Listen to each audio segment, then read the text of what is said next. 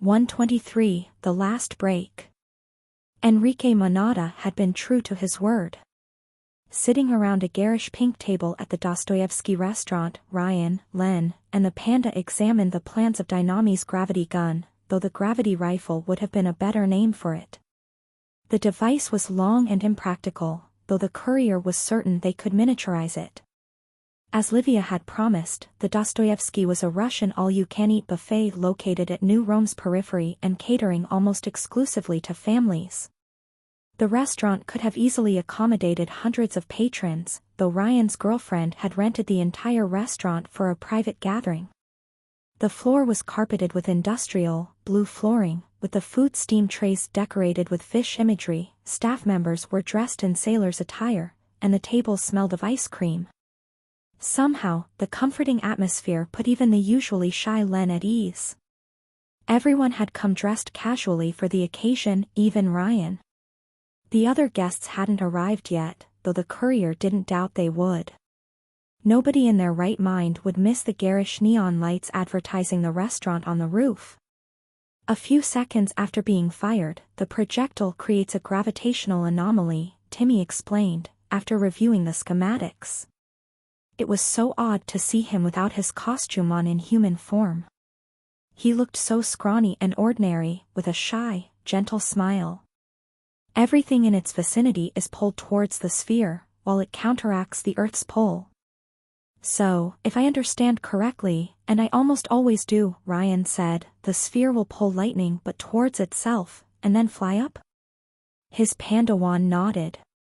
According to Dynami's calculations, the gravity gun will expel him from the upper atmosphere.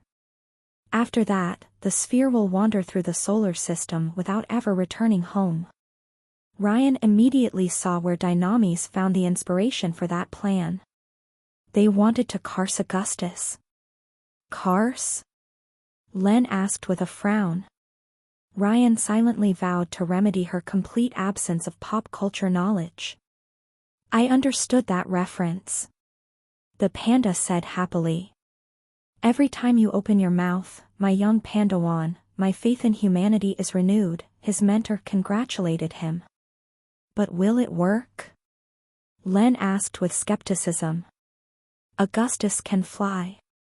By manipulating electric charges to ionize air, Ryan pointed out. He shouldn't be able to fly outside the atmosphere. However, if he breaks the sphere before reaching space. Len frowned. Do you think it could work, Riri? Livia doesn't believe so. At least not without support. Well, it's not like I'm going to rely on only one secret weapon. His main plan was to lure Lightning Butt to Monaco and trap him there permanently, while beating him up into submission with his black flux power remained a secondary option.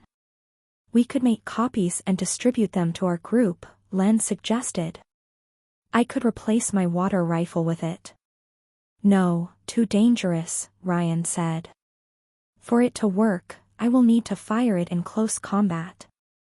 Better to use our limited time on miniaturizing this gravity gun and install it in my armor.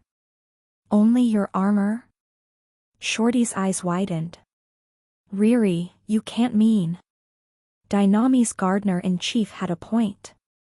When people dare the lightning to strike them, they die. Ryan had seen Augustus tear apart Big Adam's jaw with a backhand, shatter Sunshine's core, and survive the following supernova. New Rome's tyrant was, by far, the most powerful foe the courier had ever faced. There was no room for error with him. I'll take Mob Zeus on alone. Sifu, no. The panda protested in panic. That's suicide. He's right, Riri, Len added while folding the schematics. I'm coming with you. I'm the only one who can even harm him, Ryan replied. And his immunity to my time stop means I'll have a hard time saving anyone caught in the crossfire. If he kills me, I can come back from it. Hopefully. Len looked ready to protest, when the restaurant's door slammed open and a green-haired Spitfire walked into the place. Hola, the young woman said in mangled Spanish, before switching back to Italian. She dressed so trashily that Ryan almost missed the hazmat suit. "What's up, boys and girls?" "Hey, Bianca." Ryan welcomed her with a raised hand. "What will you start with?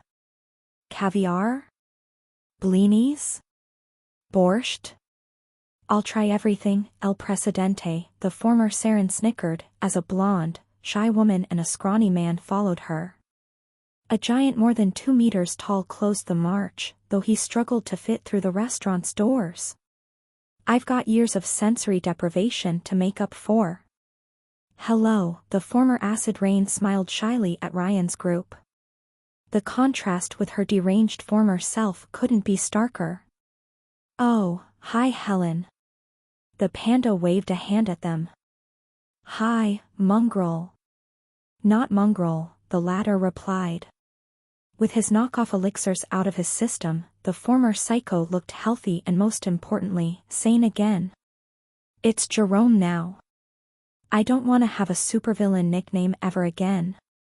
"You should still pick one," Ryan said.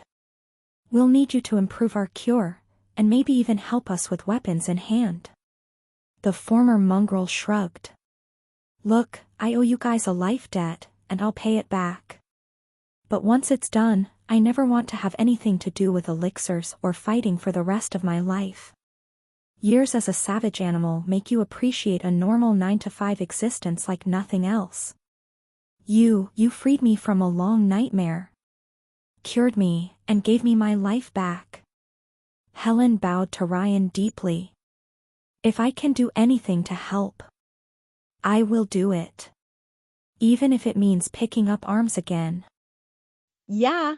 "None of us are finks here," Bianca said.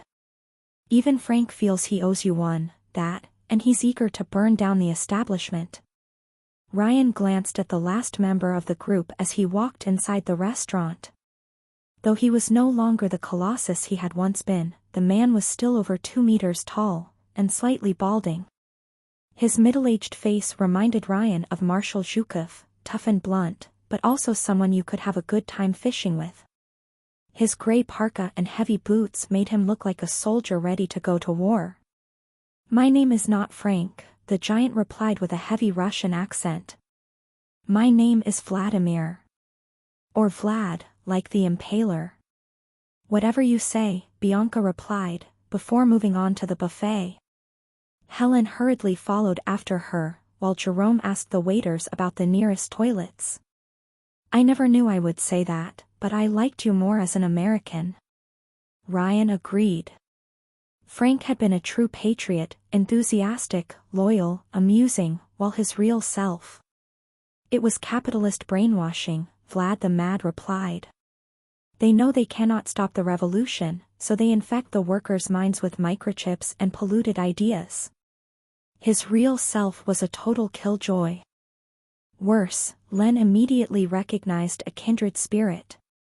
"Are you a Marxist-Leninist?" she asked hopefully. Vlad the Mad's eyes lit up in enthusiasm, and he immediately sat right next to Shorty. Thankfully, the tables were meant for 6 and could accommodate the giant just fine. "I am a Trotskyist," he said with pride. "Only through permanent revolution can the workers of the world achieve equality for all." "I thought the communists were almost extinct?"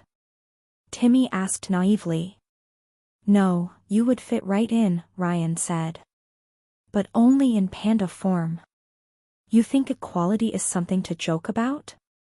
Vlad squinted at Ryan. "You think neoliberal oppression is funny?"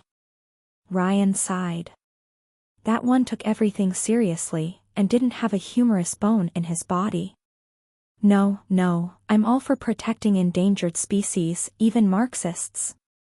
"Comrade Lenin may be dead, but his ideas live on," Vlad the Mad replied with passion. Ryan would rather like it the other way around, but Len was so overjoyed to meet another commie that she started grilling him about political theory. "Do you think universal equality can still be achieved in a neo-capitalist world like this one?" "Of course," Vlad replied, while Helen teleported his empty plate and replaced it with one full of beef. With the psycho treatment having separated her two powers, the former acid rain could switch the position of items of near equivalent mass, including herself. The workers of the world have never been more oppressed. The only thing they lack to take back the means of production is awareness of their own strength. As he watched Len grin, Ryan had the feeling that these two would become BFFs in no time. He wondered if he had created a monster. I prefer social democracy, the panda tried to meekly participate in the debate. Vlad the Mad's answer was the acme of subtlety. And that is why this country is bleeped. The next batch of newcomers arrived. This is a waste of my valuable time. Alkimo complained crankily as he stepped into the restaurant, his daughter and a toaster on wheels following. I do not need solid food. Dad, it's not the food that matters, but the company, the doll insisted, before greeting everyone. Hi. Meanwhile, Toasty wasted no time bothering Helen and Bianca. The toaster on wheels rolled all the way to the buffet, to Acid Rain's confusion. Hey, beauties, do you want your blinis toasted? It asked. Or raw? Is that toaster talking? Helen asked Bianca, who shrugged before buttering a blini with low-quality caviar. The last group arrived afterward, keeping the best for last. Matthias walked into the restaurant with his dazzlingly golden girlfriend holding his arm, while Livia and Felix exchanged words behind them. Ryan observed his girlfriend from head to toe, recognizing her clothes as the black coat she loved so much. Discreet, yet elegant. Lovely, he said when Livia returned his gaze.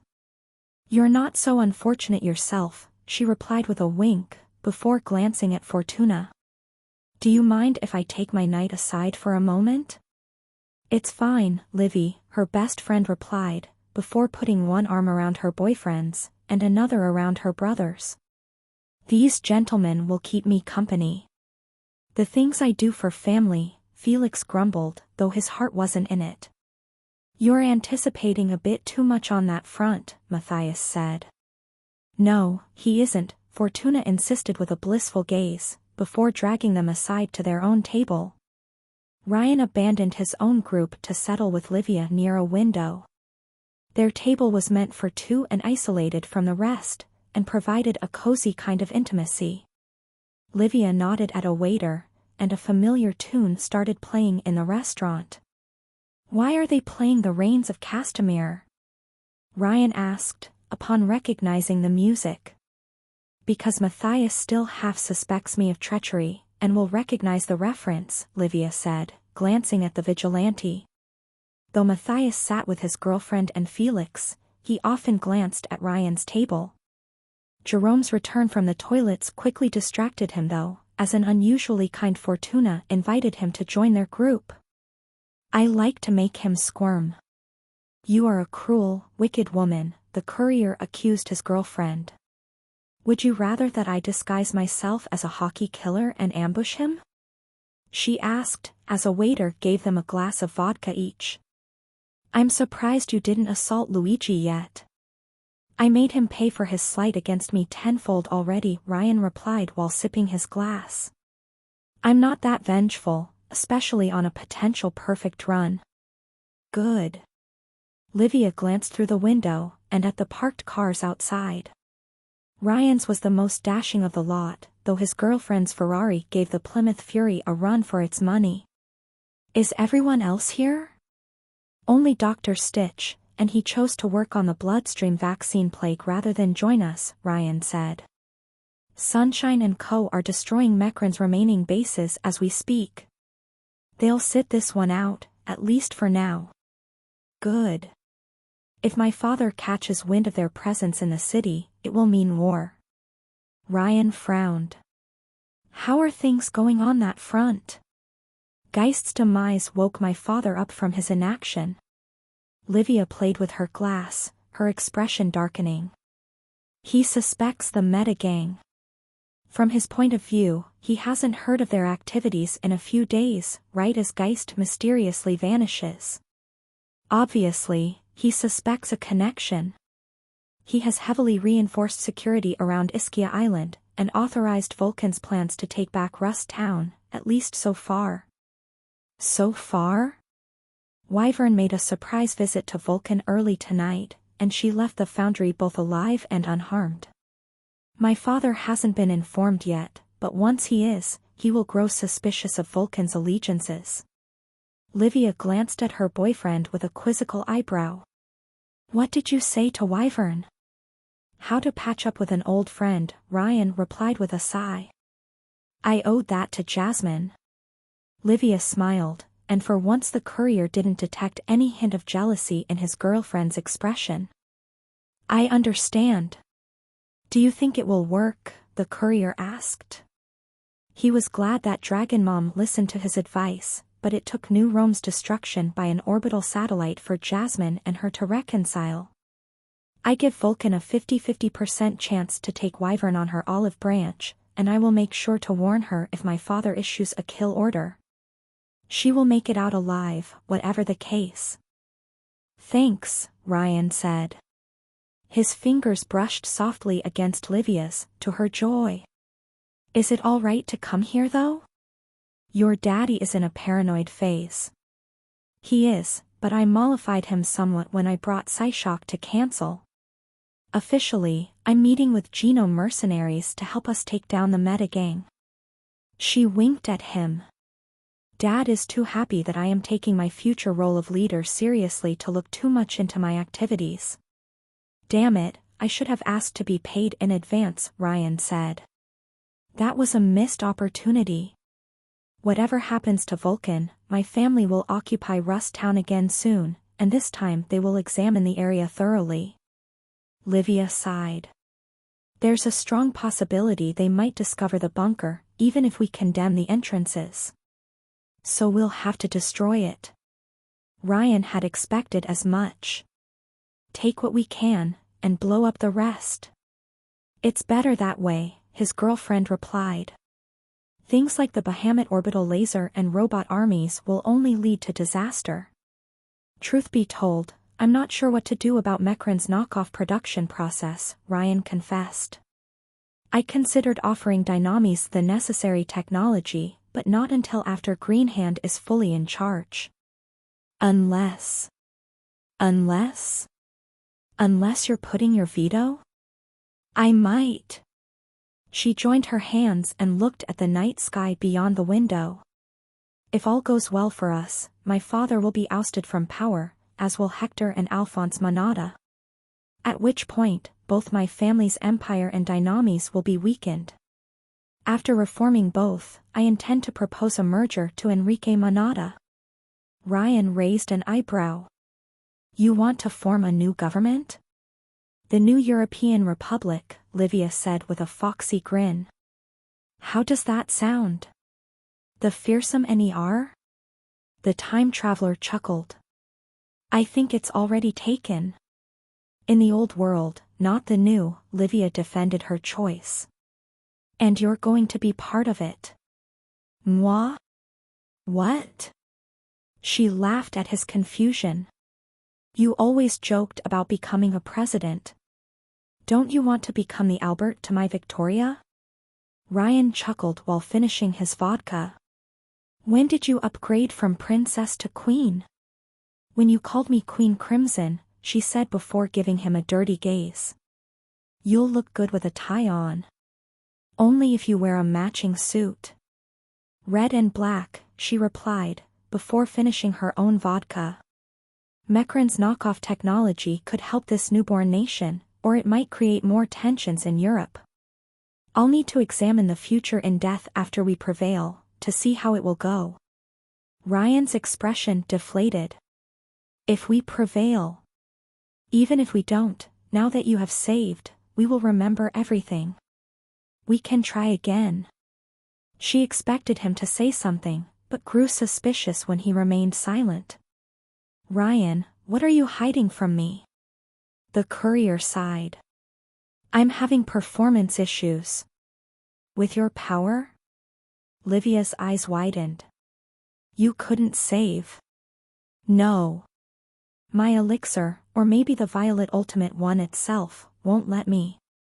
I don't know why. Is it about your other power? The one you used to kill Geist across multiple timelines? Livia took his hands into her own, her steely gaze demanding answers. Ryan, don't you think it's about time you tell me? Ryan sighed, and told her everything. He gave her the details of his expedition in the Black World, about his power's inner workings, and how it interfered with the space-time continuum.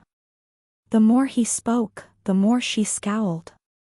Although to his surprise, Livia didn't appear worried. The elixirs and ultimate ones grant us our wishes, she said with a sad frown. What did you ask for to get a power like this? Ryan answered bluntly, I wanted to die. His girlfriend bristled, but her sorrow quickly turned into hope. You wanted to die, past tense, she said. Now you want to live. Sharp. I had lost too much, with little to fight for anymore.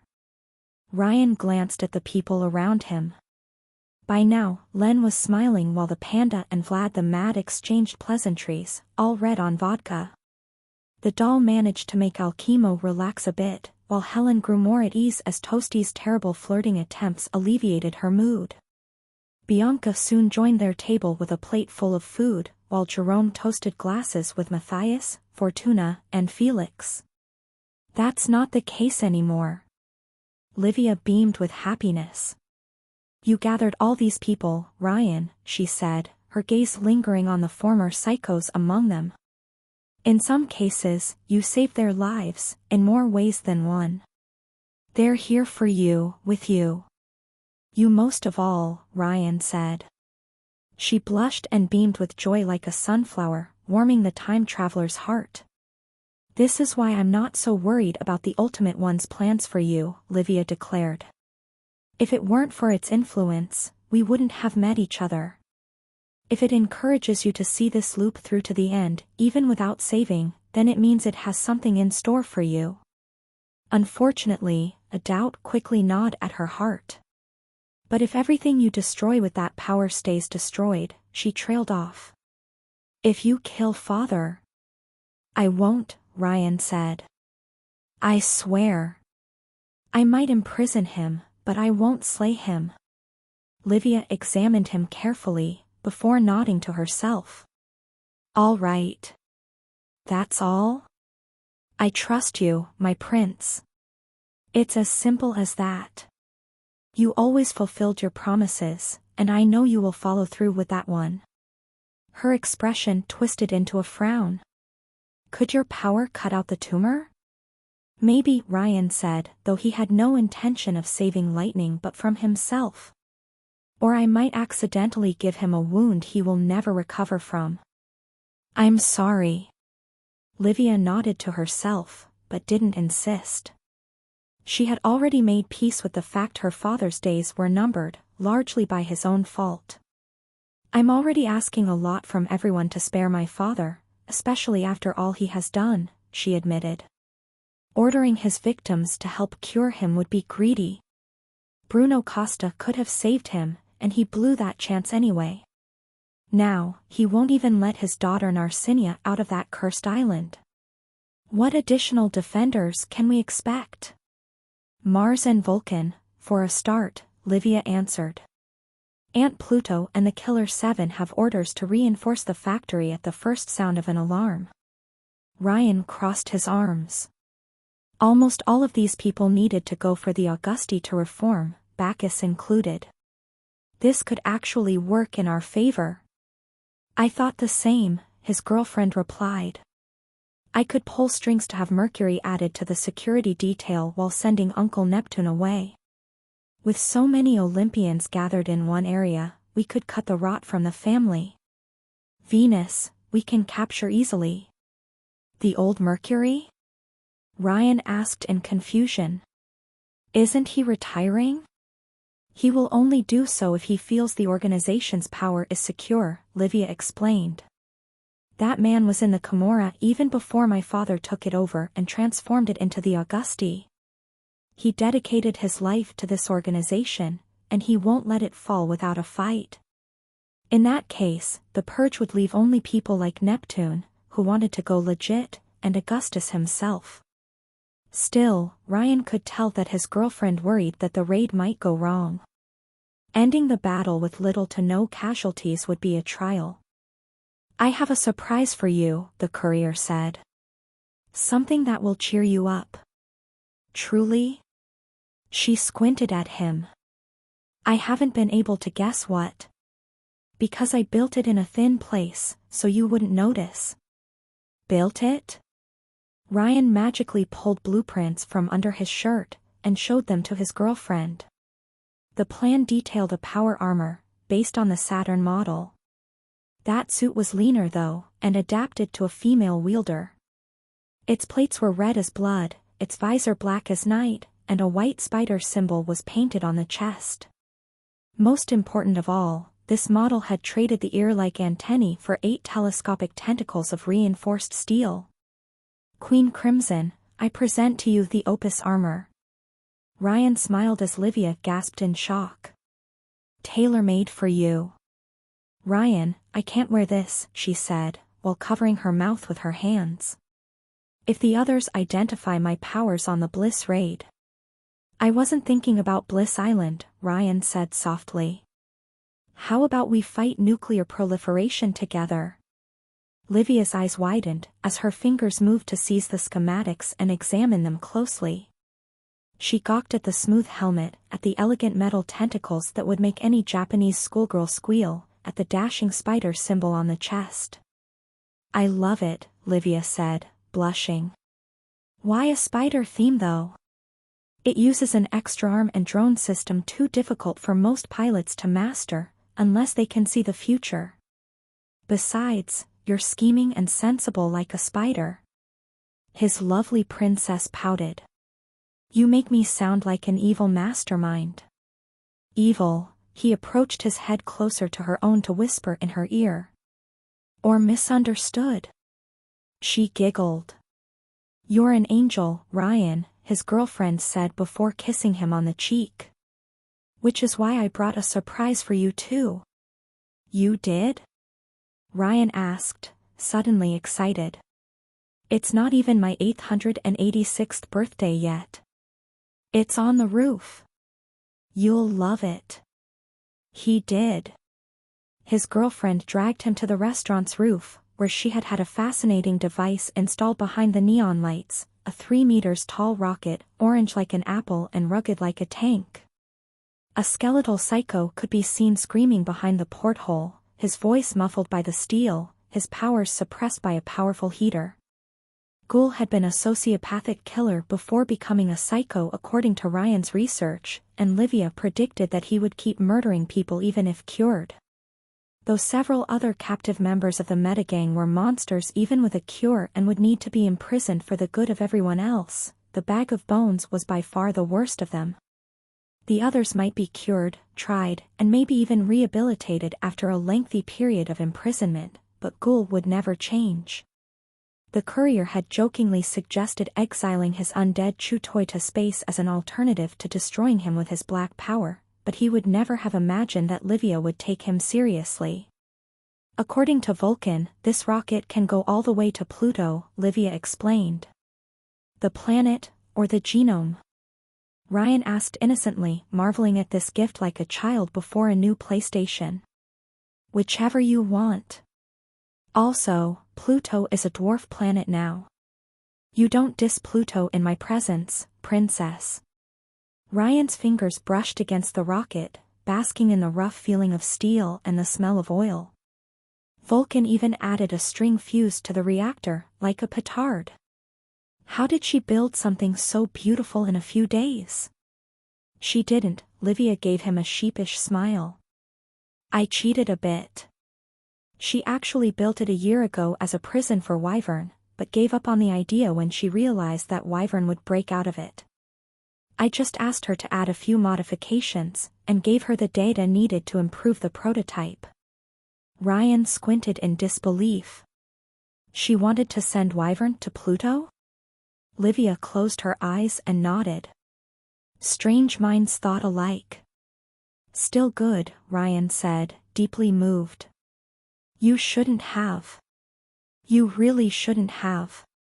But I did. Livia offered him a lighter. Wanna do it together? Sure, he replied before taking her hands into his own. I'll let you pick the destination. Pluto? Venus? The Sun? Livia gave it some thought. In orbit around the Earth, in case we ever need him to bring him back. What, really? Ryan, he's also immortal, Livia giggled. Sending him to Pluto would be really cruel. Maybe gazing at the Earth for a few decades will reform him. Ryan had his doubts, but indulged his girlfriend all the same. And so, they romantically lit the fuse together. Ghoul screamed and panicked as the flames progressed closer to the reactor. Is it safe from this distance? Ryan asked, suddenly realizing standing on the same roof might prove dangerous. And the others are right below.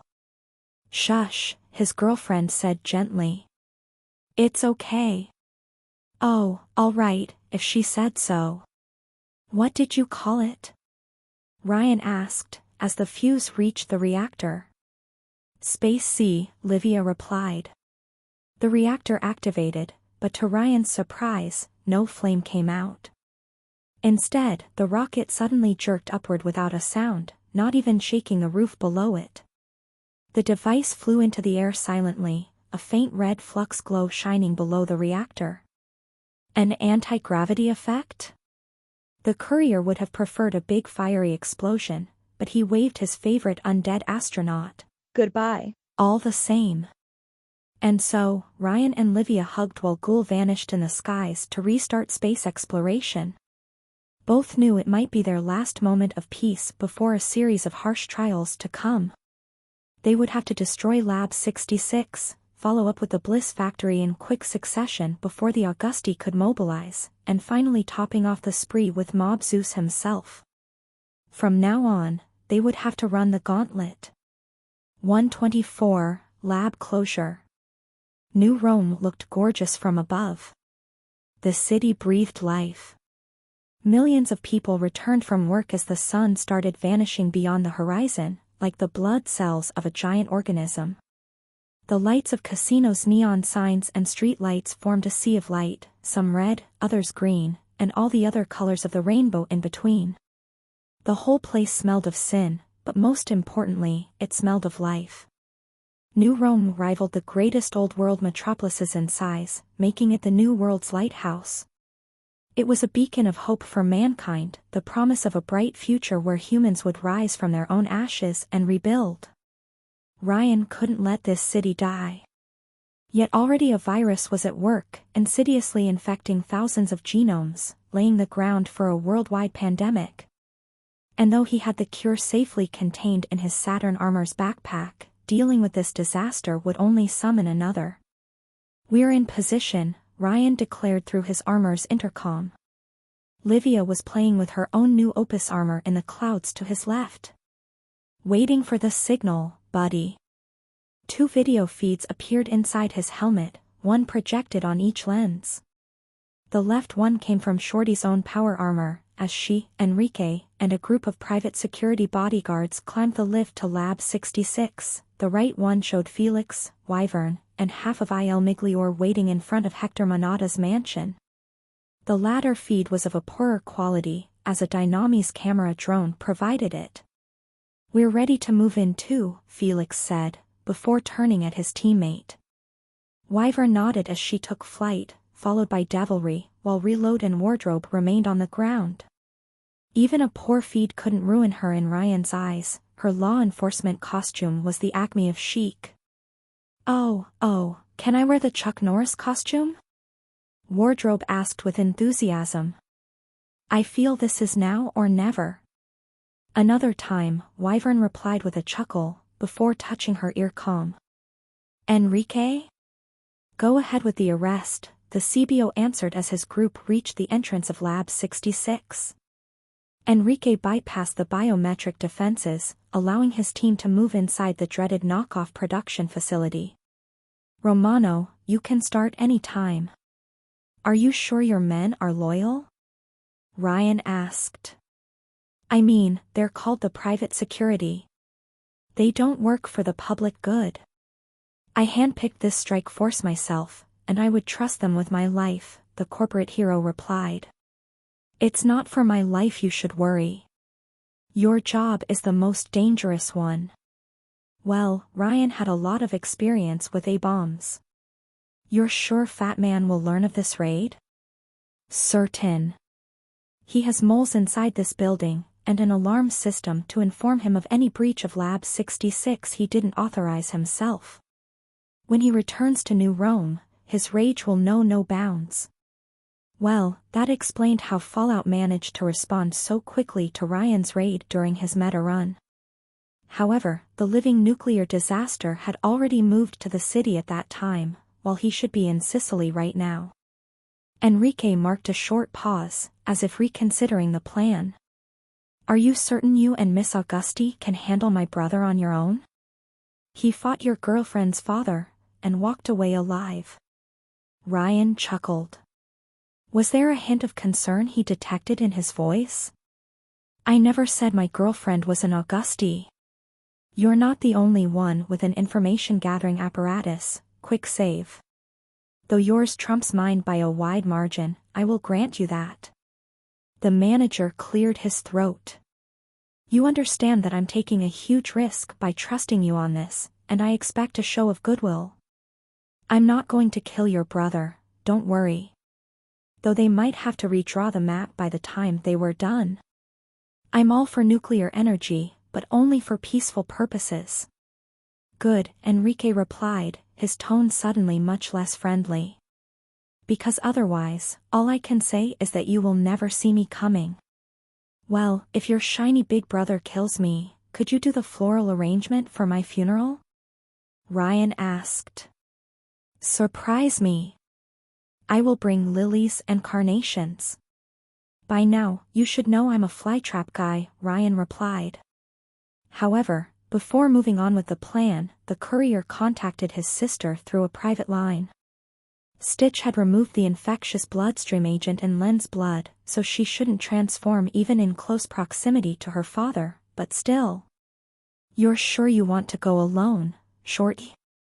Yes, Riri, she answered before gathering her breath. I appreciate what you're trying to do. Support me. But in this case, I need to do it on my own. I understand, he replied, watching them enter Dr. Tyranno's lair. The good reptilian doctor was typing on a computer in the room where Ryan's team fought Alphonse Monada in a previous loop. The clones of Il Miglior's members floated in advanced mechanical vats, their body fluids extracted to create knockoff elixirs. Sir? Tyranno rose up from his seat and hastily covered his computer's screen. Shorty's feed caught a file's title before he managed to do so, Monster Girl Project, Test Log. I didn't expect you today. No, you didn't, Enrique replied, hands behind his back like a corporate supervillain. Len's gaze, and the video feed, lingered on the clones in the pods. Quite a few members of Enrique's escort lowered their laser rifle weapons at the sight. Holy, one of Enrique's guards said, before noticing Wyvern's scaled double. Is that Wyvern? Did we grow her in a lab? Wait, are we clones too? Another soldier in power asked. Is that why we're paid so little? Because we were programmed to shut up from birth? No, you aren't paid much because my father is trying to cut corners, Enrique replied dryly. You would have been paid half as much if he had had his way. I covered the difference from my own pocket. Still, you're sure you want us to film this, sir? A private security member asked, anxious. If the world learns we're doing this kind of stuff behind closed doors. I know, but it has to be done, Enrique said with a sigh, before glancing at Tyranno. Pack your things, doctor. We're terminating the knockoff program. What? Dr. Tyranno choked at this. But sir, you can't. I received no order from management. I can, and I will. As for management, we're currently facing some turnover. Your brother will kill us all if he knows. Dr. Tyranno kept protesting, before clarifying his fear. He's going to kill me for letting you in. Enrique didn't flinch. I will take responsibility for Alphonse and assume responsibilities for my actions today. You have nothing to fear, Doctor. It doesn't help. I can't let you do. For laser rifles, red pointers aimed at his head, and a fifth between his legs. The scientist quickly raised his hands in surrender. Boris, how many times will I have to tell you? Enrique told one of his bodyguards with exasperation. Not the nuts. He's keeping a secret weapon there, sir. The guard defended his choice of target, which Ryan found the wisest of them all. I can feel it in my bones. In any case, Doctor, we have ample proof that this project will lead to a disaster. If I were you, I would worry more about the weapons pointed at you than my brother's wrath. Enrique turned to his men. Put up the explosives. I want nothing on this floor to remain usable. Sabino and I will deal with the source of it all. Ryan could almost see Len flinch behind the camera, but she followed without a word as Blackthorn and Tyranno entered Bloodstream's room. And then, she saw what remained of her father. Ryan couldn't help but shudder upon seeing him through the video feed. The alien creature Bloodstream had become floated helplessly inside a large, reinforced glass container, its body bloody red, and its all-too-human eyes glancing at Len. Could it still recognize her, even without the infectious agent in her body? Father, Len put a hand on the glass, her voice breaking. She faced the creature's countless eyes, none of them showing intelligence. Do you recognize me? Silence answered, and Len lowered her head in despair. Ryan gave his sister some privacy and switched to the other feed. By now, Wyvern's group was already confronting Hector Manada in his garden. The old chairman of Dynamis had been busy working on his roses when the superheroes surrounded him. His bodyguards had hands on their laser rifles. What is the meaning of this? Hector asked, immediately realizing something was wrong. Wyvern wasted no time in laying down the law. Hector Manada, you are under arrest for human experimentation, drug fraud, bioterrorism, funding organized crime, weapon trafficking, and virtually every medical crime private courts have a provision for. Add crimes against fashion. Wardrobe added, looking judgmentally at the chairman's dirty shirt and pants. That outfit is hideous. Arresting me? Hector asked, more shocked than afraid. I sign your paychecks. We're doing this pro bono, Felix said with a shrug. Wyvern handed her former CEO a paper document. Here is our mandate. Hector's expression deflated as he read. This is Enrique's signature, he said, his voice breaking. My own son. And the board's, Wyvern added, pointing at other signatures. We have overwhelming evidence that you funded and armed the Meta Gang, making you an accomplice to their crimes, and poisoned the knockoff elixirs with a psycho's biological agent. Either would be grounds for summary execution, but we believe in the rule of law.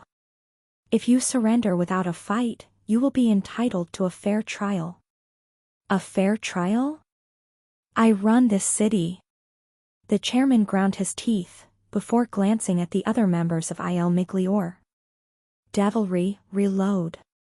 Sorry, ex-boss, reload interrupted him with a hint of disgust. I can't close my eyes on something this big, even for €1 billion. It's Lex Luthor level shit. I don't care much either way, Devilry said bluntly. But you ain't solvent anymore. Hector clenched his jaw, observed the determined heroes facing him. His bodyguards looked ready to open fire. Are you really going to try fighting us? Felix asked, before pointing at Wyvern. We've got a dragon. The bodyguards exchanged glances, realized they weren't paid enough to die for a corrupt billionaire, and lowered their weapons. Hector looked ready to protest, but by now realized that he was only one man facing the powerful superheroes he had spent millions recruiting. "I'm calling my lawyers," he said, giving up without a fight. "Of course," Wyvern replied, unimpressed. "Wardrobe, if you would." Wardrobe manifested handcuffs out of thin air. "You have the right to remain silent, criminal scum. You've condemned this city," Hector said with vindictiveness, as Wardrobe put handcuffs on him. "My elder son will take over now, and there will be blood in the streets. You will see. After me, the flood." "Don't push it, Louis XVI," Felix replied, as he and Reload dragged the chairman outside his property. "You deserve the guillotine." "Louis XV. Ryan complained through his private line with Livia, furious at his kitten's error. "This is a reference to Louis XV, not Louis XVI. Livia, how could you date this uncultured boor?" "Let him eat cake," Livia replied, before emerging from a cloud in her full, red glory. The Opus armor fit her even better than Ryan thought. Its sleek crimson steel espoused her form like a second skin, while her retractable tentacles waited for activation. She had a hard time managing her jetpack though. "Marry me, ma bourgeoise?" Ryan asked playfully. "Maybe later," she replied with the same tone, this time close enough that the courier could hear without the intercom. "So? Do we start now?" "1 second," Ryan said, as he switched to Len's feed. He wanted to witness this, and to offer words of comfort to his sister. Len had stopped mourning her father, and instead moved to the control panel overseeing the creature's prison. Enrique and Dr. Tirano stood nearby, observing her, the former with guilt and compassion, the latter with curiosity. "What are you doing?" the reptilian genius asked his underwater counterpart. "Trying one last thing," Len said, before introducing a bottled, chemical agent through a hole in the control panel. The machinery transferred the rainbow-colored substance into Bloodstream's prison. This cure, developed through their group's research into the psycho condition and Mongrel's power, should in theory restructure Bloodstream's genetic code and make him human again. This was the last hope of a despairing daughter to save the father she had loved. But some things couldn't be changed, no matter how one tried. Ryan knew that all too well. "It's not working," Len lamented, as the red blob absorbed the substance without changing back. The creature had mutated too much, halfway transforming into a denizen of the higher-colored dimensions. The monster of Ryan's childhood had become something beyond human, beyond reason. "It's not working." She didn't sound angry, or even surprised. Just sad. The father she had loved was long dead, and would never come back. "I'm sorry," Ryan apologized. Though he felt nothing but disdain for Bloodstream, he understood his adoptive sister's palpable sorrow. "I knew it." He could sense the sob she struggled to suppress. "I knew it before I tried, Riri. But I still hoped." "What will you do now?" Enrique asked. Somehow, Ryan had the feeling he wouldn't interfere, no matter what Len chose. He probably believed, much like the courier, that a daughter was entitled to deciding her father's fate. Len's voice turned deeper, firmer. She had moved from denial and bargaining to acceptance. "What needs to be done?" Ryan watched, as she slowly started activating Tyranno's failsafe. The good doctor quickly tried to protest. "Sir, there will never be another genome with this exact power combination," the genius pleaded with his superior. "Its destruction will ruin years of research." "We have other means to make your dream a reality, Doctor," the CBO replied, looking at Bloodstream. "Methods that won't compromise our conscience." Ryan half expected Dr. Tyranno to fight back, but the reptile was no combatant, and the promise of being allowed to continue working on his dream of dinosaurhood mollified him. When all that stood between bloodstream and destruction was Len's finger, his daughter sighed, and looked at her sire one last time. Perhaps she remembered all the good times she shared with him, as well as the bad, before taking her final decision. Goodbye. Father, Len said with sorrow. Shorty pushed the button, and sprinklers flooded Bloodstream's container with chemicals. Without the added strength of Len's blood agent to make Bloodstream immune to it, Dr. Tyranno's security system worked as advertised. His cure destroyed the monster's cells, grinding them down into formless organic. Go! The red alien Shoggoth Freddy Sabino had turned into slowly started turning white, its eyes losing their colors. The creature didn't even seem to suffer. This was euthanasia, plain and simple. Ryan knew he should have felt happy and relieved. He had longed for his adoptive father's demise, hated him with all his heart. He had nursed that grudge like a worm in an apple. But now, as he watched Len silently put a hand against the glass as life left the creature, the courier could only share some of her sorrow. Though Ryan knew him, there was a good man inside that thing once. A father lost to madness and the alchemist's cruel disregard for life. And now, that man would only live in his daughter's memories. Whatever happens, I will always be there for you, Ryan promised his sister. He wanted to be in the same room as her, to hold Len in his arms and comfort her one last time. You're not alone. Me too, Riri. I'll always be there. Len cut the video feed, though her voice kept echoing through the communicator. But, not today. Leave me alone a moment with him. Please. Ryan cut the communication, focusing on the moment. Livia had great difficulty remaining stationary, instead making ridiculous figures in the air. Are you done struggling to fly straight? The courier asked, before frowning behind his helmet. Unless you're trying to cheer me up? A bit of both, she replied while stabilizing her flight somewhat. Seeing alternate selves learning how to pilot does not equal gaining their skill. How did you end up learning how to pilot a flying suit? I don't remember, to be honest, Ryan admitted. I mastered jetpacks like 300 years ago. Is there a skill you haven't mastered? Ice skating. This made her laugh. Miss Auguste, do you know how to skate on ice and snow? I do, his girlfriend replied playfully. And I could teach you, if you promise to cheer up. Ryan looked in the direction of Dynami's HQ. I am cheering up. Ryan. I don't know, the courier replied. I've hated him with all my heart. Wished him dead. I should feel joy and closure, not this.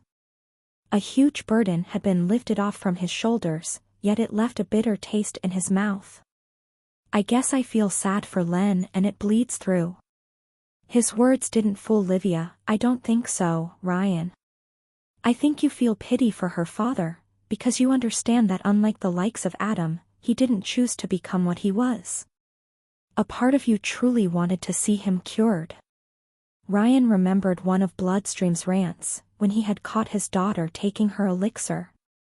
The psycho had said that he took 2 potions to better protect her in a hostile world, and these words had stayed with his adoptive son years afterward. Maybe she had a point.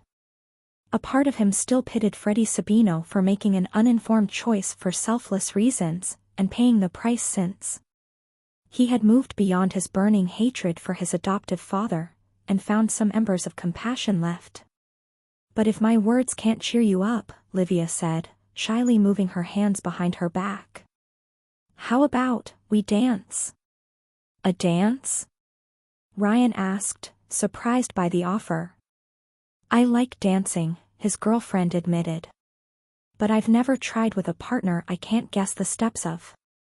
Besides, we only have very little time left. Alphonse was on the way. Here's my offer. Ryan extended his hand at her, eager to take his mind off Bloodstream's death. I teach you how to dance in the skies, and you train me for the Winter Olympics. That depends. She giggled.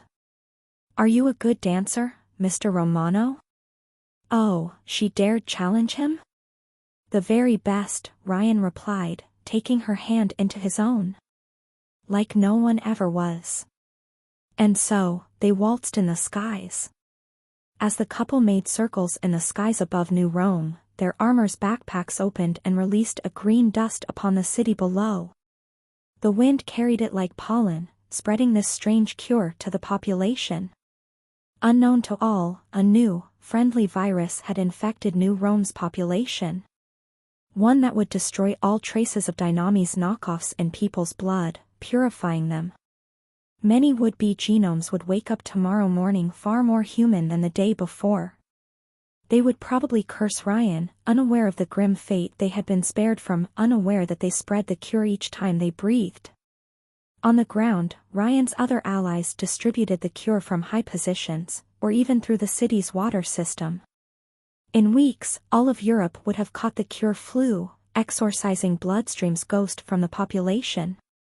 The courier relished in his armor's smooth controls and speed, as he and Livia spread the cure to Rust Town, the Augustes territories, and the city's center. Thanks to data gathered in the alchemist's lab, Ryan had added quite a few surprises to his suit. Among other upgrades, he had combined the Fisty Brothers to the gauntlets, which now included a red flux shockwave projector based on Bianca's power. A blue flux-powered computer all but eliminated lag time inside the armor, making the armor move like a second skin. Orange flux would reinforce the shielding in a pinch, and green flux would heal Ryan if he suffered internal injuries. Yellow flux should provide a defense against conceptual attacks, and white flux made them all work harmoniously. 6 flux-based batteries, one for each color except Ryan's violet, provided the energy inside his backpack. Without his many allies to generate the necessary flux, this upgrade would have been impossible. From the Panda to Jerome, and even Shorty, everyone had contributed. Last but not least, Shorty had included a miniaturized version of Dynami's gravity gun in his chest. Ryan intended to keep that trump card a secret until the time came to send Lightning Butt to a retirement home. He hoped it would make a difference in the fight to come. He's here, Ryan, Livia warned, as she ended the dance. Already? How? Even if he had been warned as soon as Enrique set foot in Lab 66, no plane or helicopter could fly all the way from Sicily in such a short amount of time. Ryan realized his mistake, as he noticed a bright red star appearing right above the twilight sun. His armor's camera quickly provided a larger image, showing a titan of black metal propelled by a wave of red flux. Alphonse Fallout Monada had ridden the atom all the way to New Rome. Anxious? Livia asked, as the red star became brighter and brighter. A bit, Ryan admitted. Last time we fought, he killed my entire team. But you didn't have me. Without false modesty, the two of us together? Livia put a hand on her waist, and adopted a fabulous pose worthy of a gangstar. We're invincible.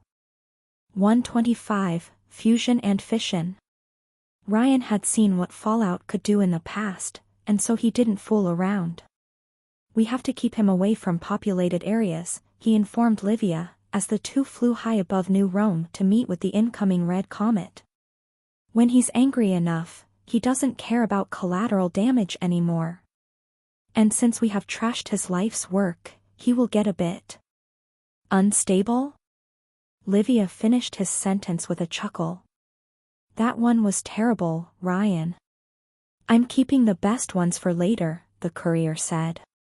The armored duo made contact with Fallout hundreds of meters above the Gulf of Naples. Dynami's red genome appeared in all his shining glory, propelling himself through the skies by projecting 2 crimson streams of energy from his hands.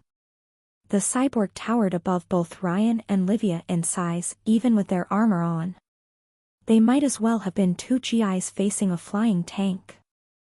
Fallout's fiery skull looked at the duo from behind its protective dome, his empty eyes burning with atomic rage. "Out of my way," he shouted before going straight for the kill. The missile launchers on his shoulders activated and unleashed a volley of rockets at Ryan, who had reached him first. The courier responded by activating his power, freezing 24 projectiles in place. He raised his hands and activated the gauntlet weapons. To his relief, they worked perfectly in the frozen time, unleashing 2 red shockwaves in the cyborg's direction. They detonated all the rockets in their way and hit Fallout head-on. The impact and explosions propelled the surprised Alphonse Monada off his flight course when time resumed, almost making him fall in the Mediterranean Sea below. Yet though his method lacked the elegance and maneuverability of Ryan's jetpack, he managed to stabilize his course. This frozen time, the corporate cyborg glared at Ryan. "You are quick save." "A question, tin can," Ryan replied, as he attempted to engage the cyborg in close combat. "Is your zodiac sign Cancer?" Instead of bantering back, Alphonse Monada adjusted his flight to move out of Ryan's way. "I should have killed you long ago," the cyborg said, using one hand to keep himself afloat, and pointing the other at Ryan. "I will correct that mistake here." The courier barely had the time to blink as a dazzling red beam illuminated the sky, as a chill went down his SP. Time skipped forward, and when it resumed, Ryan had moved to Fallout's left. The surprised cyborg didn't have the time to react, as Livia engaged him in melee. 8 telescopic black tentacles surged from her armor's back, each moving as swiftly as a serpent. They struck Fallout in the shoulders, tearing off the missile launchers integrated into his cybernetic apparatus, and in the chest. Steel claws at the end of the artificial arms tore through the Dynami's cyborg shielding. "What a waste," Livia said with a giggle. "A nuclear waste." Ryan wasn't certain whether to groan or laugh. Fallout responded by activating the energy minigun in his right arm, forcing Ryan and Livia to fly away. "You can't defeat me," he snarled angrily, though the courier struggled to hear him over the sound of plasma shots surging through the air. "I survived Augustus." "You can't." An explosion echoed in the distance, coming straight from Dynami's HQ. The cyborg briefly interrupted his barrage of attacks to glance in its direction, his skull's glowing dimming in horror. Smoke came out of the building's top, as Enrique's team destroyed the floor holding Lab 66. No, Fallout's shock turned into despair and panic. "No." Instead of continuing his offensive, the cyborg flew straight towards the Dynami's HQ in a desperate attempt to salvage the situation. "Oh no." "You don't," Ryan said, as he immediately gave chase. Fallout opened fire at point-blank range to make him back off, and Livia activated her. When time resumed, Ryan's fist punched Fallout in his glass dome helmet. The courier was intangible inside his girlfriend's skip time, making him invulnerable to Fallout's attacks. Their abilities were powerful on their own, but together? As Livia said, invincible. Fallout's glass dome cracked while he lost control of his flight. Instead of landing in the Dynami's controlled district, the cyborg ended up falling into the Mediterranean Sea. The water's surface turned to steam when Alphonse Monada fell into the ocean, the red genome vanishing beneath the waves. Though Ryan hoped that Dynami's didn't make the cybersuit waterproof, he wasn't naive enough to think the battle was over. "You think he's fond of sea mushrooms?" he asked his girlfriend, hovering above the water while waiting for Fallout to resurface. An area hundreds of meters wide started to boil, though the courier couldn't pinpoint the source. "That would be a concern," Livia replied, as she looked at the sea. She was probably trying to look through possibilities in order to locate the nuclear disaster. Cooked fish started rising to the surface. Nice reference, though Ryan wondered if many people would have gotten it. "Hey, princess, did you know I visited their particle accelerator?" "I'm sure they were thankful for the exposure," she replied, before pointing a telescopic arm at a spot to her left. "Here, Ryan." The courier unleashed shockwaves at the target, sending splashes in all directions. The water vibrated around the point of impact, but Ryan couldn't tell if he had hit fallout. "Why hasn't he emerged yet?" he asked his girlfriend. The man was as durable as Leo Hargraves. A dive shouldn't be anything more than an inconvenience. Olivia froze, before quickly grabbing her boyfriend by the arm. "Higher." The duo immediately flew away from the sea, just as a crimson light erupted from below the waves. A catastrophic explosion unleashed tons of boiled water into the skies, like an underwater volcano erupting beneath the sea. Though Ryan and Livia fled to safety, a cloud of steam swallowed their vision and obscured their sensors. When they managed to escape from it, the duo noticed a bright crimson glow beneath raging waves of boiled water, a light moving towards New Rome's shore. "He's running on the ocean floor," Livia warned. Ryan unleashed shockwaves from above at the light source, sending splashes in all directions, but failing to even slow Fallout's advance down. "Damn, he's using the water as a shield." No wonder the corpo hadn't emerged yet. Where will he emerge? The ship graveyard, his beloved oracle predicted, the two immediately flying after the light. "He's shedding his suit." Shit, that wasn't optimal. The ship graveyard was empty, doubly so after Shroud moved his base to the bunker, but they were within walking distance of inhabited districts. The same thought had clearly crossed his girlfriend's mind. "Ryan, how fast can you activate the gravity gun?" "Almost immediately, but I will send him to space if I do that," Ryan reminded her. "His brother won't be happy. I would rather suffer Blackthorn's wrath than see people die. It will happen if he's allowed to march past the harbor." "You see it happen?"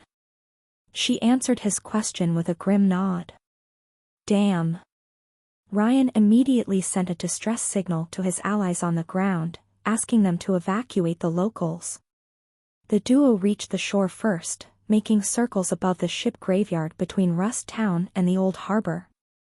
Only crabs inhabited the rusted wrecks of tankers laying on the sandy shore, and Shroud's warehouse had been left gathering dust.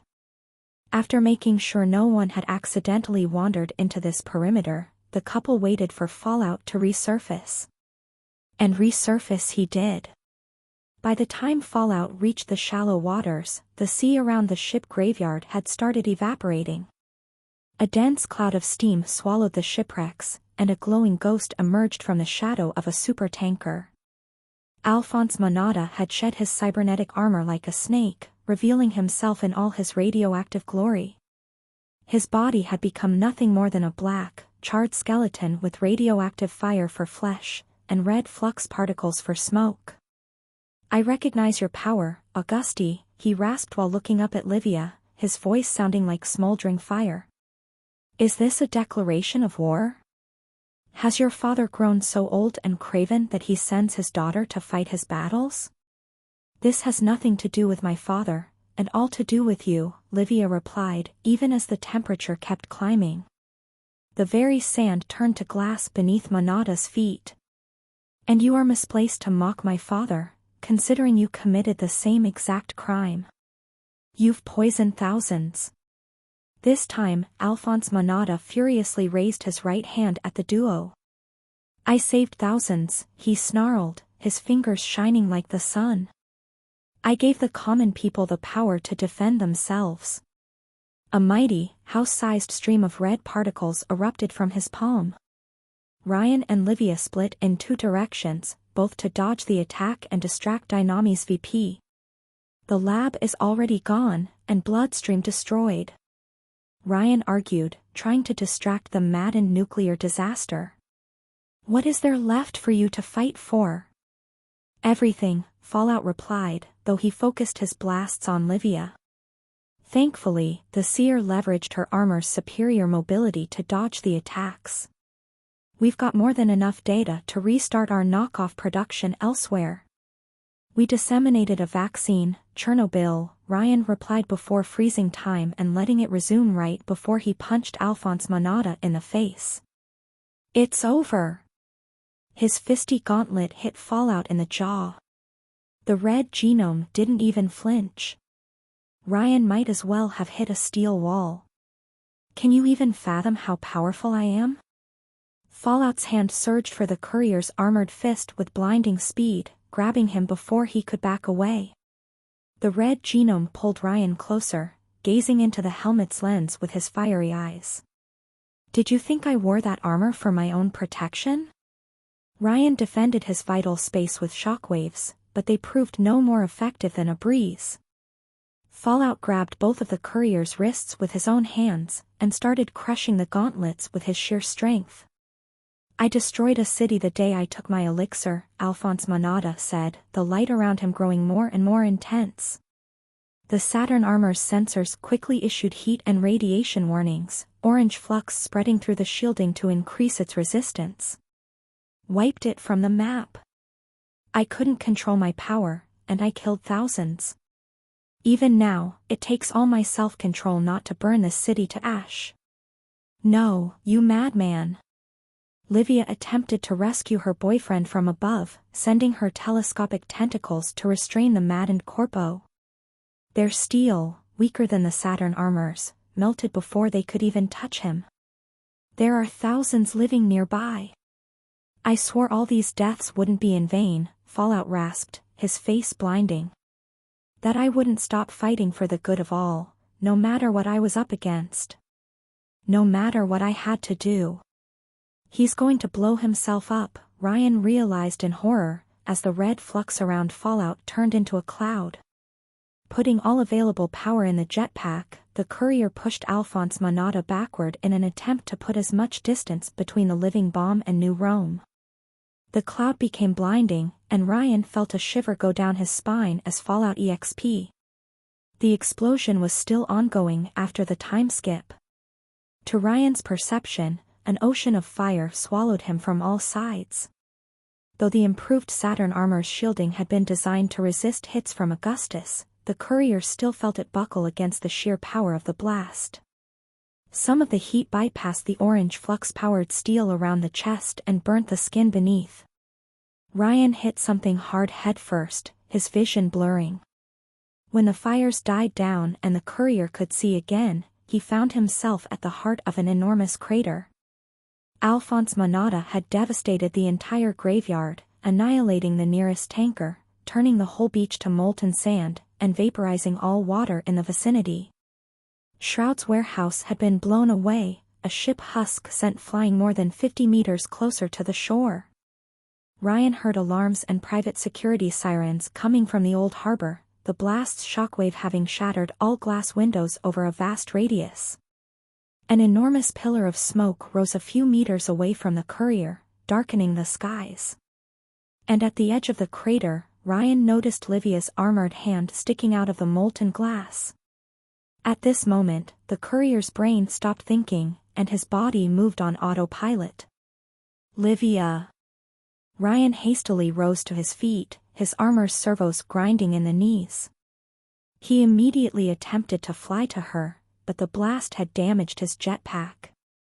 He froze, upon noticing movements inside the smoke pillar. Still alive? Though his fiery radiance had dimmed, Alphonse Monada emerged from the smoke unscathed. In this moment, he looked so very much like a demon rising from the depths of hell. I will need to kill Vulcan too, and make sure she never creates something like this armor again. What did you do? Ryan hissed, struggling to hear his own words. His ears felt off, muffled. Alphonse rolled his shoulders. What good is seeing the future, if you can't avoid it? Livia's ability was limited in its duration. The madman had sustained his blast for at least half a minute, preventing her from escaping its radius. No. She could have escaped, but she couldn't see Ryan. Couldn't make sure he would survive. She had stayed for him. If it hadn't benefited from the timeskip's intangibility, the Saturn armor wouldn't have survived the explosion. Even now, the blast had annihilated the paint job and most of the outer shielding, revealing the circuits beneath the metal plates. Ryan's fists clenched as a wave of green flux overwhelmed his vision. The pain from his burnt skin vanished and his ears worked normally again, as his armor's secondary systems repaired his flesh. Though the courier wanted to rush to his girlfriend's side immediately, Fallout clearly wouldn't let him. "You could have blown up the whole district," Ryan accused the corpo with fury, as he adopted a fighting stance. "I would rather burn half this city than give an inch to your kind," Alphonse replied callously, his left hand shining with red flux. "And once you are dead too, I will dissect your sister, make her cough up that precious blood of hers, and repair the damage you caused." If Livia's condition hadn't made Ryan want to see the corpo dead, that comment sealed his fate. Fallout let out a snarl as he lunged at the courier, his left hand aiming for the chest. He would tear through what remained of the Saturn armor, and incinerate the organs underneath. "Do you know what your mom and a nuclear reactor have in common?" Ryan asked, right as he activated his own power. Blackness shrouded the courier's hands as time froze to a crawl, devouring red flux particles like a black hole consumed light. "I don't get in without protection." Ryan's right hand met Fallout's left, the black flux disintegrating the corpo's fingers, palm, and entire forearm. When time resumed, Alphonse Monada didn't immediately register what happened until the pain made itself known. Fallout let out a roar as he suddenly registered the damage. His fiery gaze dimmed as he looked at his severed arm. What? He could only say. "Give me an inch, I'll take the arm," Ryan said with a cold voice, before raising his hand in a karate chop and freezing time again. "You destroyed a city when you gained your power." His blackened palm hit Alphonse's right shoulder like a scythe, severing the whole arm.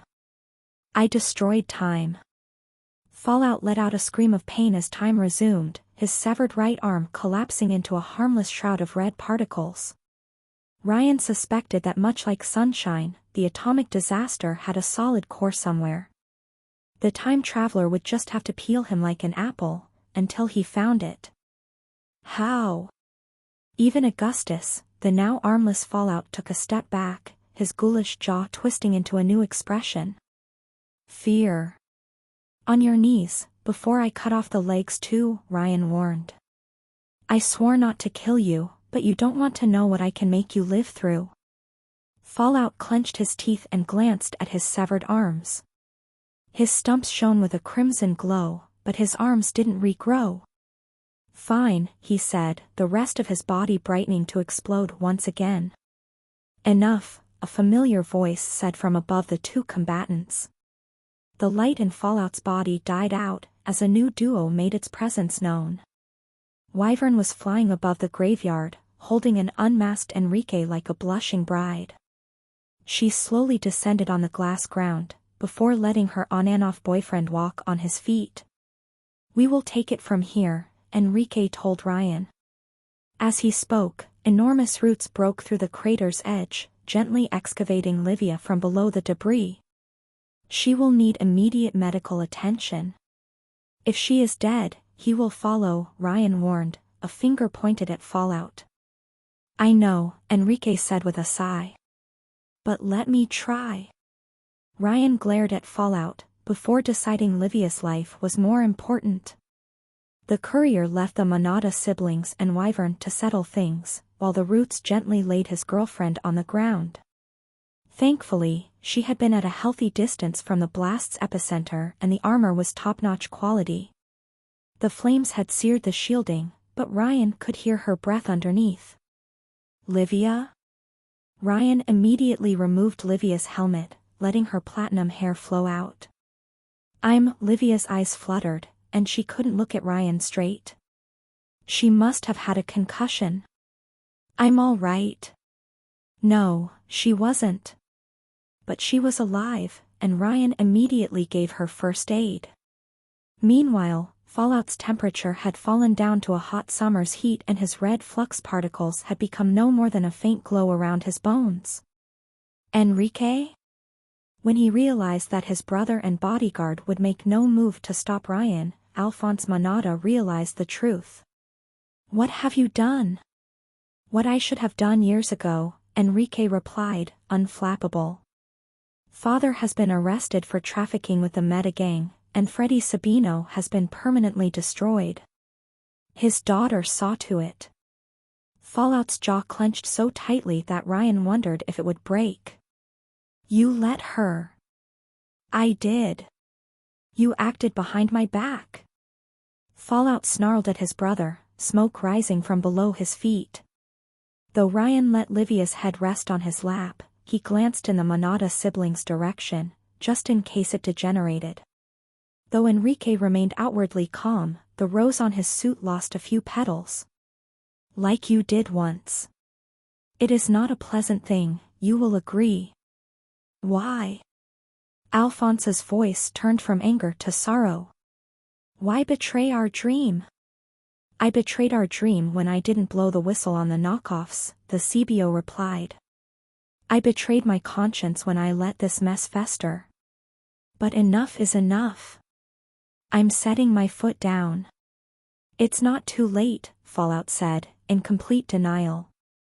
"We have knockoff caches left in Spain and Sicily. With Tyranno's help, we can recreate." "We will recreate nothing," Enrique said. "I already sent orders to have the caches destroyed, and Dr. Stitch's vaccine will make those you managed to hide useless." "The carnival?" Fallout looked up at the semi-unconscious Livia in shock. "Impossible, they would never work with her." "We all work together on this case," Wyvern said with an angry frown. "Don't you see that this was madness from the start? A better world cannot rise as long as their kind," Alphonse glared at the wounded Livia, "holds all the power. When some can summon lightning and others don't, the world becomes unjust. Only when everyone is a genome will we have equality." "Says the guy selling his knockoffs at 50,000 euros a bottle," Ryan replied dryly, not even sparing the corpo a glance. Livia managed to form a smile on her lips, her boyfriend caressing her cheek. "That time will come by itself," Enrique argued. "I have seen the data. Children of normal people and genomes always get superpowers. In time, everyone will have them." "In time, but Augustus is here now." Alphonse shook his head. "We have to fight him, using all the weapons at our disposal." "The ends don't justify the means," Enrique replied. "I see that now. The reprehensible means you would employ will discredit the good end we seek to achieve.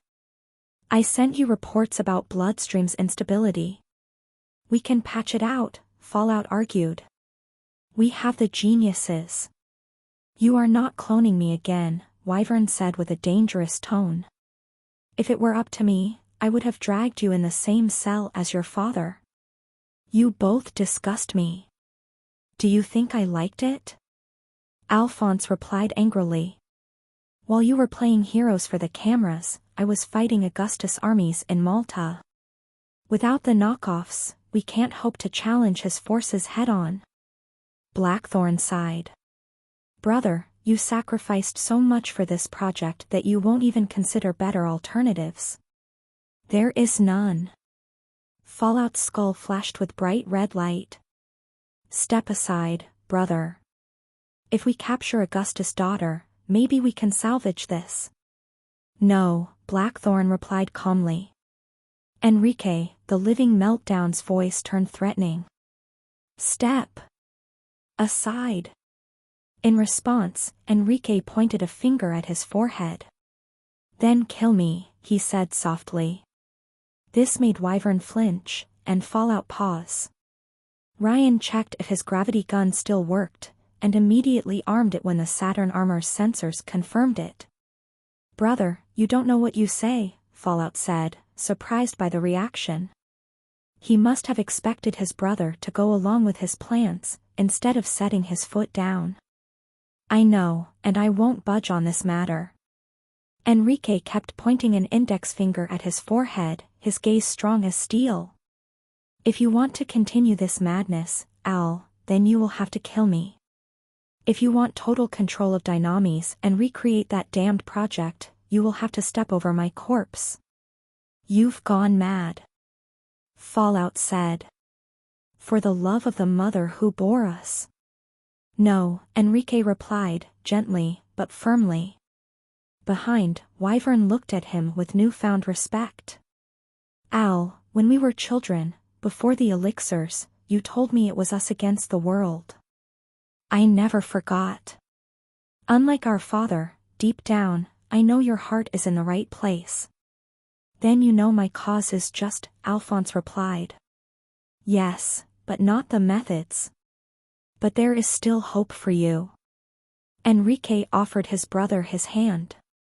I want us to work together towards a brighter future, Al, towards a world ruled by law, not by strength or money. With our allies and geniuses, we can find a better, healthier way to give people the power to defend themselves. We could even drag Augustus down from his throne. Together, we can do anything. The heavy silence that followed felt heavier than a mountain. Both brothers faced each other in silence, neither willing to make a move. Wyvern tensed up, and Ryan prepared to fire his weapon at any moment. Please, Enrique pleaded. As he lacked any facial expression, Ryan couldn't guess what went through Fallout's head. Most probably, he suddenly realized how much he would have to sacrifice for his dream, and if it was even worth it. Continuing down this path would mean losing his brother, but Alphonse Monada had never flinched at atrocities to see his vision come true. As his jaw clenched and unclenched, Ryan remembered something very important about the elder Monada sibling. All for the dream, Fallout said, his body releasing a cloud of red flux. He never knew when to stop. Ryan tried to freeze time and attack, but someone beat him to it. A click sound echoed right behind Fallout. The living meltdown barely had the time to look over his shoulder, as a black sphere materialized in his back. An invisible force pulled the former cyborg towards the device, alongside the glass shards in close proximity to him. Wyvern had to grab Enrique by the shoulder to prevent him from joining his brother, as Fallout's spine impacted on the black sphere. The black object immediately surged towards the skies at a blinding speed and took Alphonse Monada with it. By the time the nuclear meltdown understood what was happening, it was already too late. In the blink of an eye, he vanished beyond the clouds. Ryan looked up to watch red flashes and explosions in the skies, each more distant than the last. Shroud dropped his invisibility, a layer of glass covering a technologically advanced rifle. Dynami's gravity gun. Alphonse Monada had funded the weapon to defeat Augustus, and now ended up as its victim. I'm sorry, Enrique, Wyvern said, as she attempted to comfort her manager. I'm deeply sorry. It had to be done, the corpo said with a sorrowful sigh, his eyes trailing after his brother's comet tail. Is she all right? Shroud asked Ryan, glancing at Livia with genuine concern. I already called Stitch for reinforcement. Livia squinted. I'm fine. You will need rest, Ryan replied. As a genome, her enhanced metabolism had spared her brain damage, but it would take her time to recover. His eyes wandered to Ischia Island in the distance. They had cured New Rome of one poison, but another remained.